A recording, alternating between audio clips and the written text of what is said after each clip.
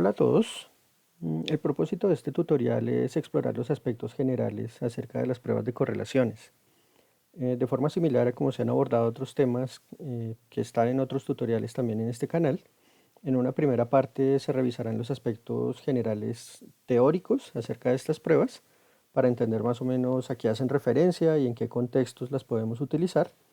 Y posteriormente en una segunda parte revisaremos los aspectos prácticos de la misma, revisando cómo poder desarrollar estos análisis en el programa SPSS y también identificando los principales elementos para poder interpretar los resultados que nos arroja este programa.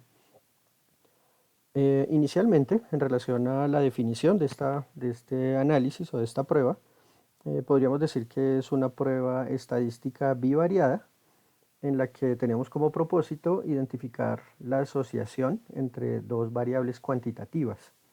Este término de asociación lo entenderíamos de forma más técnica como una covariación, es decir, que tanto varían de manera conjunta dos variables cuantitativas. Y específicamente cuando hablamos de las correlaciones, entonces hablaríamos de una medida estandarizada de esa covariación. Para poder entender un poco mejor esta idea de variación conjunta entre variables, lo podríamos ver a partir de un gráfico. En este ejemplo tendríamos por una parte las puntuaciones de motivación y por otra parte el salario que reciben las personas a la semana. En la medida en que las personas reciben una cierta cantidad de salario, pues también esas mismas personas tendrían un nivel de motivación. Estos puntos naranja entonces identificarían cuál es la puntuación de cada persona en esas dos variables. La idea de covariación, como les mencionaba, se entendería como la variación conjunta de dos variables. En este caso, entonces, lo que nosotros estamos observando en este gráfico es que en la medida en que los salarios van aumentando, hay una tendencia en la que las puntuaciones de motivación también van aumentando. Entonces, eso es básicamente lo que hace referencia esta idea de covariación. Si nosotros tuviéramos una covariación perfecta, pues tendríamos cambios exactamente iguales en las dos variables. Es decir, por cada aumento, en este ejemplo, por ejemplo, en la motivación, tendríamos un aumento similar en el salario. Sin embargo, pues aquí se observa que eso no pasa exactamente. Aquí vemos que hay algunas puntuaciones de motivación que están asociadas con unas puntuaciones del salario y en la medida en que esas motivaciones van aumentando, va aumentando el salario, pero no completamente. Por ejemplo, aquí observamos en este punto que aunque hay una puntuación más alta que la que encontramos, por ejemplo, en esta persona, pues igual el salario es menor que el que tiene esta otra persona. Entonces, no es absolutamente equivalente el cambio en una variable con respecto a la otra, pero sí hay una tendencia en esas modificaciones. Esa tendencia a cambiar de manera conjunta las dos variables es lo que entenderíamos como la covariación. Eh, la medida estandarizada hace referencia a que las puntuaciones, cuando nosotros hacemos un análisis de correlaciones, solamente van a estar entre -1 y 1. Y según esa equivalencia o según esa simetría en los cambios que encontremos en las dos variables, pues esas puntuaciones van a estar más cercanas a 1 o más cercanas a -1. Si volviéramos un poco atrás en el ejemplo y tuviéramos cambios exactamente iguales, tanto en motivación como en salario, entonces la puntuación que tendríamos de correlación sería una puntuación de 1, en la que nos indicaría que hay una asociación perfecta entre esas dos variables. Es decir, por cada cambio que nosotros observemos en una variable, va a haber un cambio equivalente en la otra variable. Y ese 1 lo que nos indicaría es que esa asociación es directa, es decir, que ese cambio va en la misma dirección en las dos variables, como se ve por ejemplo en este ejemplo. Si una de las variables aumenta, lo más probable es que la otra también aumente. Sin embargo, la asociación también puede ser inversa. Por ejemplo, si nos encontramos en una situación en la que mientras una variable aumenta, la otra va disminuyendo, entonces tendríamos una asociación inversa y entonces las puntuaciones se irían acercando cada vez a -1. En ese sentido, pues entonces ese digamos que sería el otro extremo de asociación entre dos variables. Y si por el contrario, digamos que no hubiera ninguna tendencia o ninguna coherencia entre los cambios de una variable con respecto a la otra, entonces las puntuaciones que obtendríamos en esa medida de correlación serían cercanas a cero. ¿Cuándo podríamos encontrar esas asociaciones cercanas a cero? Por ejemplo, cuando hay cambios en una variable y la otra variable no cambia. Entonces, si por ejemplo fueran aumentando las puntuaciones de motivación, pero todos recibieran exactamente el mismo salario, eso lo que quiere decir es que ahí no hay una covariación. Mientras una cambia, la otra se queda igual. O al contrario, si hubiera diferentes salarios y todos tuvieran más o menos la misma puntuación de motivación, pues eso también nos indicaría que ahí no hay una covariación entre las variables. O si tuviéramos puntuaciones regadas por todo el gráfico, también llegaríamos más o menos a la misma conclusión, porque eso lo que nos indicaría es que los cambios se dan indistintamente en las dos variables, sin que haya ningún tipo de coherencia o ninguna tendencia de cambios equivalentes entre esas dos variables. Resumiendo un poco, entonces la prueba de correlación sería un análisis en el que identificaríamos la asociación entre dos variables cuantitativas. ¿Cuándo podemos utilizar este análisis? Inicialmente, cuando queremos hacer comparación entre dos variables únicamente. Esa sería una primera condición. Adicionalmente, como también lo mencionaba en la definición, pues se trata de que las variables sean cuantitativas. Sin embargo, también en este caso hay una excepción. Los análisis y las pruebas de correlaciones también se pueden utilizar en una situación en la que tenemos una variable cuantitativa y una segunda variable cualitativa dicotómica, es decir, que solamente asume dos valores. En esa otra condición, que digamos que es como una excepción a lo que les mencionaba previamente, en esos casos también podemos utilizar pruebas de correlaciones. Y habría una tercera condición que es relacionado con lo que queremos encontrar con respecto a esas dos variables. En este caso lo que nos interesa es identificar asociaciones entre las mismas. Y eso pues es bien importante tenerlo en cuenta porque si no, si de pronto confundimos la posible interpretación que podamos hacer de estos análisis, podríamos llegar a conclusiones equivocadas al momento de interpretar un resultado de correlación.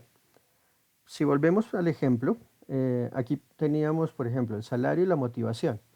Aquí, si yo hiciera un análisis de correlaciones, yo lo que podría indicar es que eh, hay una asociación o hay cierto grado de relación entre esas dos variables, pero yo no podría suponer ningún tipo de causalidad entre ellas. Yo no podría decir que el salario causa mayor motivación o al contrario, que la motivación causa un mayor salario. Esa sería una interpretación errónea, porque la prueba de correlaciones no nos permite llegar hasta ese punto. Si yo ya quisiera abordar esa asociación más en términos de causalidad, ya tendría que ir con otros análisis diferentes a este. Para entender un poco entonces en qué momentos o en qué situaciones podríamos utilizar estos análisis de correlaciones, aquí les presento algunos ejemplos. Por ejemplo, en este caso, yo quiero saber si hay asociación entre el clima organizacional y el compromiso organizacional. Entonces, remitiéndonos a las tres condiciones que les mencionaba, inicialmente, pues entonces aquí se indica que lo que quiero es identificar una asociación o una relación entre ellas. No quiero saber si una causa la otra o algún tipo de relación diferente a esa asociación que estoy mencionando. Por otra parte, tengo dos variables que se enmarcaría dentro de estos análisis bivariados. Y tercero, pues en este caso yo tendría que estar seguro de que las mediciones que he obtenido sobre clima y compromiso organizacional son mediciones cuantitativas que me van a permitir pues poder realizar el análisis de correlaciones. Un segundo ejemplo es este. Hay asociación entre el consumo de tabaco y el ausentismo. Y en este caso aquí se indica que el ausentismo lo estamos abordando de una manera dicotómica, es decir, identificando ausentismo justificado o injustificado.